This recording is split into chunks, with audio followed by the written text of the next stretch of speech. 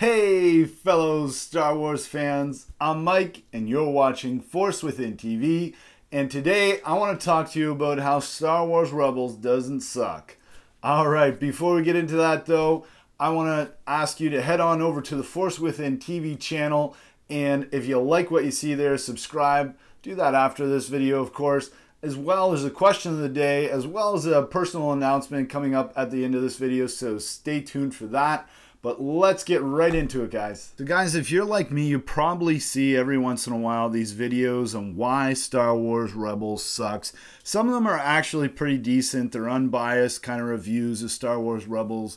But I just wanted to get something out there. I was actually chatting to somebody on Twitter and said, hey, I should do a video on why Star Wars Rebels doesn't suck. So I've come up with 5 main reasons why it is awesome. So let's get into these. I've saved the best one for last, of course. But number 1 for me is the reason I love Star Wars is that it actually continues the Clone Wars character story arc. So we get to see Darth Maul in Rebels, and we get to see, meet his demise versus Obi-Wan Kenobi. We get to see the amazing showdown lightsaber battle between Ahsoka and Vader. And I mean, those characters have been so developed through the Clone Wars and books and whatnot that both of those scenes or moments in Star Wars Rebels are some of my favorite Star Wars moments, period.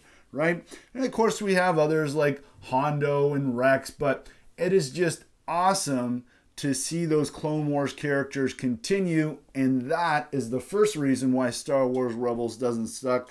Moving on to the second one here. So Trace Madoon mentions in a similar view that Rebels has brought back Legends characters like Thrawn. This is something that, excites me about Rebels, that Dave Filoni and the people at Lucasfilm, they love Star Wars, they love all those Legends stories, and they're trying to bring people back into canon like Thrawn. I know some people aren't a big fan of Thrawn in Rebels. He's a little, watered down or kiddie, but the book we got in, by Timothy Zahn, the Thrawn novel, is absolutely fantastic. So definitely check that out if you haven't, guys. But that's number 2. So Arcturian sums up reason number 3 best. He says, hey, Star Wars Rebels is Star Wars. What more do you need?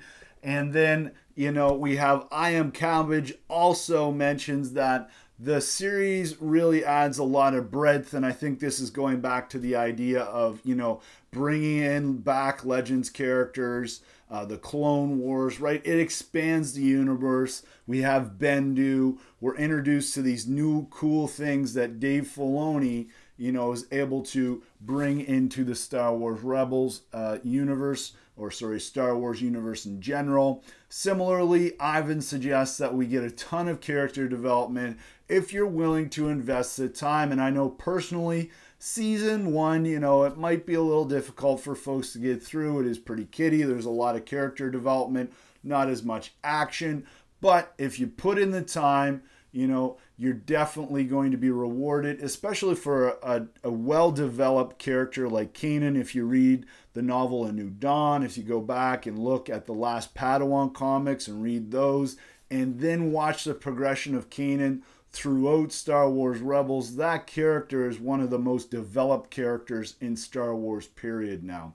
But that was number 3, guys. Just basically the fact that it's adding so much. We have these great characters, right? New characters to Star Wars Rebels, to the Star Wars universe, and that show just adds a lot of breadth. So let's move on to number 4 now, which is contributed by Wolfsburg United, and he says Rebels doesn't suck because of the symbolism, and I've added the themes, right? So there are a lot of adult themes that we are attracted to in Star Wars because they apply to young people, they apply to adults, and those are all in Star Wars Rebels. So even though the plot might seem like it's for kids, the messages, the underlying message, from Dave Filoni and the crew at Lucasfilm, things like facing your fears, which comes from Sabine in Trials of the Darksaber, right?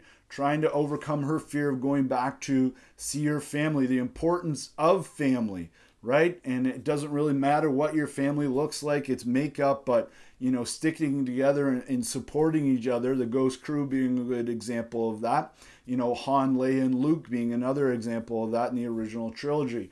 And moving past hate and suffering, I think Obi-Wan really embodied that in his fight versus Maul. So these are mature ideas, right? So even though Star Wars Rebels might be made for kids, as Wolfberg United has suggested, it also has, you know, it resonates and has a great message for adults as well. So moving on to number 5, and I know not everybody is going to get this one or relate to it quite as much, but I'm sure some of you will. And the great thing about Star Wars Rebels and it being for a younger audience is that, you know, adults like myself, whether you're an aunt or uncle or a father of 3 girls, and here comes that personal announcement, 4th one is on the way, 4th child is on the way. So you know, if you're in my shoes, then you love Star Wars Rebels because it allows you to share your love of Star Wars with your family, with your nieces and nephews,